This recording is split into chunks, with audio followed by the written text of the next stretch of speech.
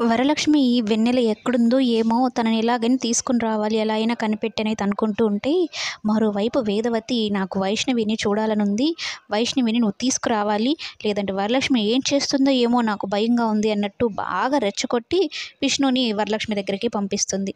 విష్ణు ఏమనుకుంటాడు, వరలక్ష్మి దగ్గర వైష్ణవి ఉంది అనుకుంటాడు. వరలక్ష్మి ఏంటి వైష్ణవిని ఎక్కడో వాళ్ళే దాచేసుంటారని అనుకుంటూ ఉంటారు.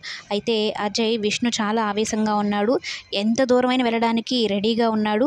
కాస్త జాగ్రత్త వరలక్ష్మి అంటూ ఫోన్ చేస్తాడు.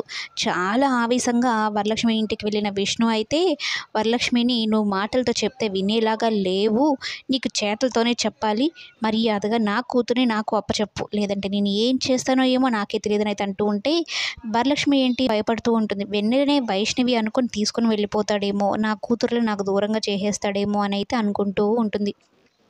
ఇక సరస్వతమ్మ కూడా విష్ణు ఏంటిది, మమ్మల్ని మా మానానికి మమ్మల్ని వదిలేసి ఎందుకు మరలా మమ్మల్ని ఇబ్బంది పెడుతున్నారు అంటే, మీరు దీనిలోకి రాకండి, గొడవ చేయాలని కానీ గొడవ పెట్టుకోవాలని ఉద్దేశం కానీ నాది కాదు, నా కూతుర్ని ఇచ్చేస్తే నేను వెళ్ళిపోతానని అయితే చెప్తాడు.